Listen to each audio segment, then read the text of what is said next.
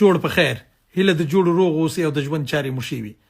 د ترهګر پاکستان په ترهګر برید کې د افغانستان په پلازمینه کابل کې تر 300 زیاتو کسانو ته تلفات اوښتی دی.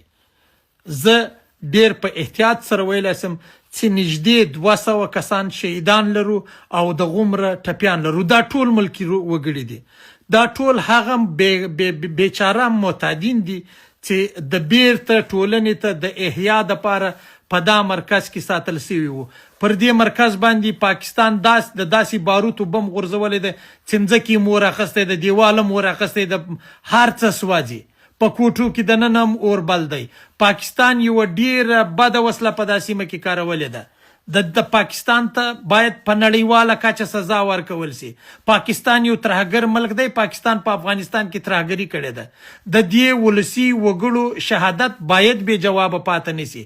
البته یوه خبره دا ده ما ته اوس اطلاعات راکول شو چې هو د غچ فیصله وسوله، د درانه غچ فیصله وسوله. پاکستان څخه به غچ اخیستل کیږي، ښه غچ به ځینې اخیستل کیږي. که څه هم ځینې بېننګه افغانان لا اوس هم لګیا دي په دغه وخت کې هم افغانستان تخریبوي، هم د افغانستان اوسنی حکومت تخریبوي. د هغوی سره به بیا پر قراره باندې خبرې کوو. خو اوس استي وخت د دې دی چې پاکستان باید د عدالت میدان ته راکش کړل شي. باید د نړۍ په ګوټ ګوټ کې افغان غږ اوچت کړي. هر چیرې چې یاستئ پاکستان ته د ترهګر ټکی وکاروئ. پاکستان ریاستي دهشتګردي کړې ده، ولسي وګړي یې په نقشه کړي دي. د ولسي وګړو یو روغتون یې په کندهار کې برای نه بله شپه بمبار کړ. هلته د خدای فضل و مختلفات نه لرل.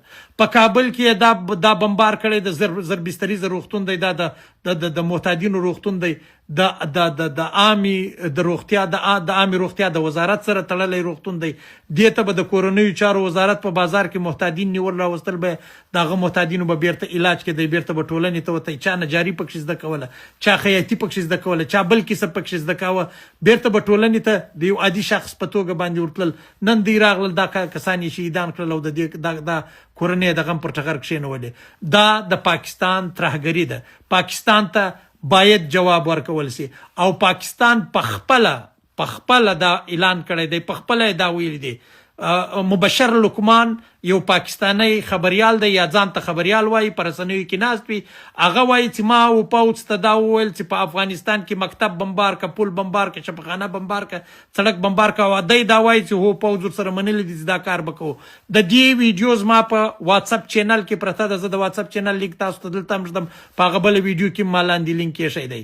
ټول خلک یې کتلی شي. نو پاکستان په ښکاره په افغانستان کې ترهګري کوي او افغانان بیا پر خپل حکومت دا غږ کوي چې تاسو سایه وکړئ او ګزاره وکړئ. خبره له ګزارې وتلې ده.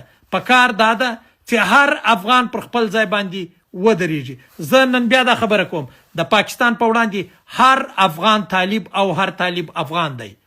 که څوک د پاکستان په وړاندې نن هم نه درېږي، هغه د بنګړیوالې زوی دی، هغه دی خپل ډینې چیک کړي. زه بیا دا خبره کوم. او ځینو دلته ماته ځینو خلکو ځینې پوسټونه وشان راواستول، د ځینې د بنګړیوالو د زامنو سره بیا زه تر دا موضوع وروسته حساب کوم چې د سیره څو پخېږي. اوس به یوازې د پاکستان سره حساب ته دوام ورکو. پاکستان ته باید جواب ورکول شي، هغسې جواب ورکول شي لکه څنګه چې دوی فکر کړی و. او یاد ساتئ، طالبان دروغ نه وایي. طالبان چې څه وایي هغه کوي. طالبان به د دا ورداسې جواب ورکړي چې پاکستان به یاد ساتي. دا ویډیو شریکه کړئ تر پاکستانیانو ورسیږي. دا ویډیو شریکه کړئ تر نړیوالو ورسیږي. نړیوال خبر کړئ.